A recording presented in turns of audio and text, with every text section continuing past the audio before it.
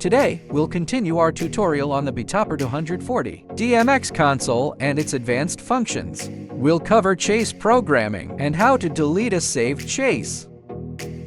First, press the Edit or Run button on the console. Then select where you'd like to save the chase. For this example, we'll save it to P12. Next, use the P1, P12 buttons to select the fixtures you'd like to program. Select the first fixture. Channel 1 on the console is the master dimmer. Channel 2 controls red. Raise the Channel 1 and Channel 2 faders. Press the Add Plus button. This completes the first step. Turn off the first fixture's output. Select the second fixture. Return the pan and tilt faders to their default position. Set the desired lighting effect for the second fixture.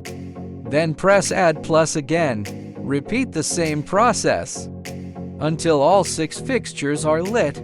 Press the Add Plus button again. Press Edit or Run to exit programming mode. The chase effect has now been programmed. Now return the channel faders to 0. Let's test the effect. Press P12, where we saved the chase. Adjust the speed fader and the cross fader to start the chase.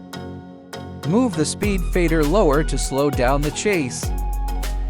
Move the speed fader higher to speed up the chase.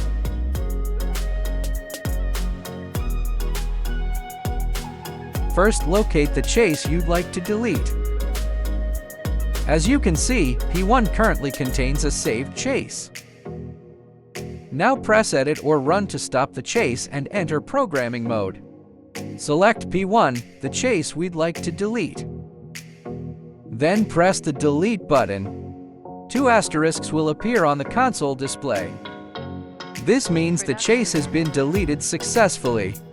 Finally, press Edit or Run to exit programming mode. Now let's check whether it was deleted successfully. If the fixtures do not light up, the chase has been deleted.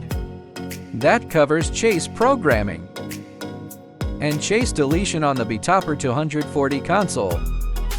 For more stage lighting tips, please follow us. We'll share more in the next video.